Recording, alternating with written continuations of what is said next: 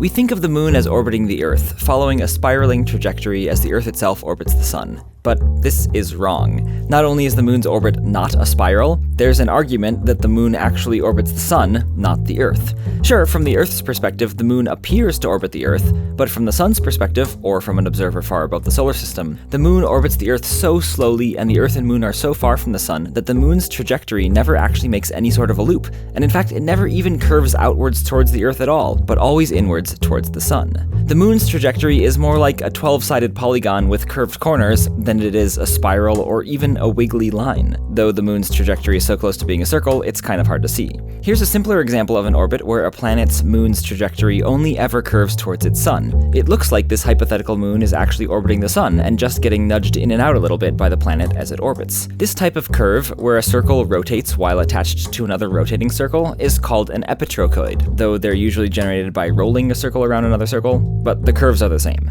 It's a fun little bit of geometry. Depending on how fast the two circles rotate relative to each other and how big they are relative to each other, you get everything from spirals to wiggles to polygons with rounded corners. The faster a moon orbits relative to its planet, or the larger the moon's orbit is relative to the planet's, the more spirally the trajectory. The slower the moon moves relative to the planet, or the smaller its orbit, the more wobbly or circular the trajectory. Looking at a whole table of these trajectories, loops are in the upper right half here, and wobbles are in this region. Orbits that never curve outwards are in the remaining sliver. In our case, the sun is about 400 times farther away than the moon, and the moon orbits the Earth around 13.5 times for each trip around the sun, once every 27 days. The trajectory looks pretty much like a circle. Here's a zoomed-in view of what the Earth and moon's orbits actually look like, exactly to scale, though the Earth and moon are not to scale. It does look a lot like the Earth and moon are orbiting the sun independently but side by side, just nudging each other in and out as they go. In order to start having a wobble, the moon would need to orbit about twice as fast as it does, but at the same distance,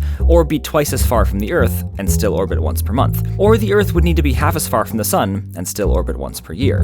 In order to start spiraling, the moon would need to orbit about 30 times faster at the same distance, or be 30 times farther from the Earth and still orbit once per month. But in the real universe, orbital speed and distance can't be adjusted independently. The farther out an object is, the longer it takes to complete an orbit.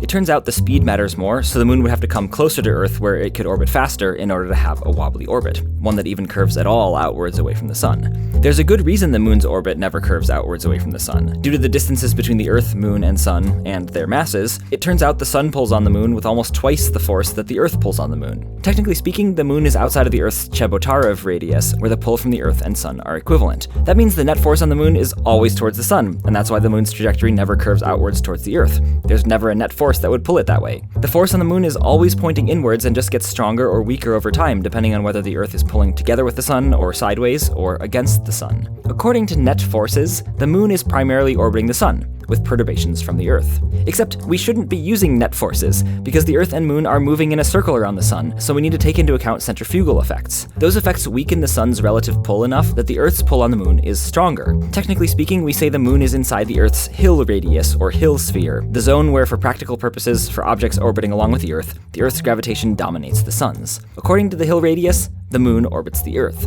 Though technically speaking, the moon doesn't orbit the Earth. The moon and the Earth both actually orbit the center of mass of the Earth-Moon system. That center of mass is inside the Earth, so it's reasonable to say the moon is orbiting the Earth, but not by much. If the moon were exactly the same, but just 40% farther away, or if it was in the same place, but just 40% more massive, then the Earth-Moon center of mass would be outside the Earth, and the Earth and moon might be better described as a double planet rather than a planet and satellite. Though this would do basically nothing to change the shape of the moon's trajectory around the sun. Ultimately, defining whether something is a satellite versus independently orbiting the sun is actually a really tricky and possibly even futile endeavor. The best way to put it is that the Earth and moon and sun interact in a complex gravitational dance that defies simple classification. On the one hand, it looks like the Earth and moon orbit each other while together orbiting the sun, and on the other, it looks like the Earth and moon orbit the sun side by side, pulling each other back and forth as they go. Both are true, from a certain point of view.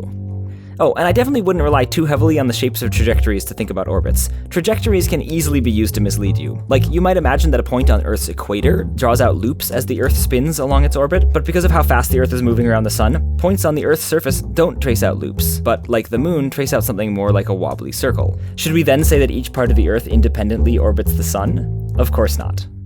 It probably won't surprise you to hear that I needed to do a lot of math and programming in the course of making this video. I both love it, and of course regular practice keeps my skills sharp. That type of problem solving is exactly what you get out of Brilliant, this video's sponsor. You know the deal, they have thousands of interactive lessons in math, data analysis, programming, and AI. Each lesson is filled with hands-on problem solving, a method proven to be more effective than just watching videos. And Brilliant makes it easy to learn from anywhere, right on your phone. To sign up for Brilliant for free and get 30 days of full access to all of their courses, go to brilliant.org/minutephysics, scan the QR code on the screen, or click the link in the description. You'll also get 20% off an annual premium subscription for all of Brilliant's content. Again, that's brilliant.org/minutephysics. And thanks to Brilliant for their support.